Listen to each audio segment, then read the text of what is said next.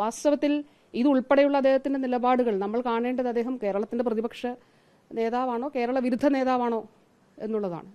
അത്തരത്തിലാണ് അദ്ദേഹത്തിന്റെ സ്റ്റേറ്റ്മെന്റുകൾ വരുന്നത്. അത് നിർഭാഗ്യകരമാണ്. അല്ല, ഈ പ്രതിപക്ഷ നേതാവെന്നുള്ള നിലയിൽ ഞാൻ എങ്ങനെയാണ് മറുപടി കൊടുക്കേണ്ടതെന്ന് ബഹുമാനപ്പെട്ട ആരോഗ്യമന്ത്രി എന്നെ പഠിപ്പിക്കേണ്ട. ആരോപണങ്ങൾ ഉന്നയിച്ചാൽ പ്രതിപക്ഷ ആരോപണങ്ങൾ ഉന്നയിക്കും, അതിന്റെ കൃത്യമായ മറുപടിയാണ് വേണ്ടത്. ഞാൻ എങ്ങനെയാണ് ആരോപണം ഉന്നയിക്കേണ്ടതെന്ന് എനിക്ക് ക്ലാസ് എടുക്കണ്ട. വീണ ജോർജിന്റെ ക്ലാസ് എനിക്ക് വേണ്ട. 1. 2, ഞങ്ങളിത് ഉന്നയിച്ചത് ആധികാരികമായിട്ടാണ്. ഇപ്പൊ പുറത്തു വന്നിരിക്കുന്നത് അതിനേക്കാൾ ഞെട്ടിക്കുന്ന വിവരമാണ്.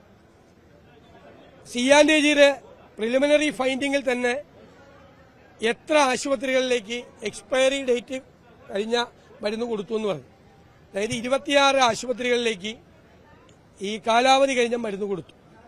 പിന്നെ നിലവാരമില്ലാത്തത്, വിതരണം ചെയ്യാൻ പാടില്ല എന്ന് പറഞ്ഞ മരുന്ന് 483 ആശുപത്രികളിലേക്ക് കൊടുത്തു. എന്തുകൊണ്ട് പരിശോധിക്കുന്നില്ല? ചില കമ്പനികളുടെ പരിശോധിക്കുന്നേയില്ല.